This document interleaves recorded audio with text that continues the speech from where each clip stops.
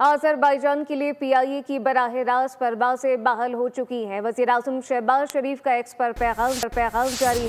Baku और लाहौर के दरमियान परवाज़ों की बहाली खुशाइन करार दी गई। पीआईए परवाज़ों की बहाली का क्रेडिट वज़ीर दिफा और टीम को जाता है। तफसीलात क्या है, अली शेर से जानते। जी अली शेर।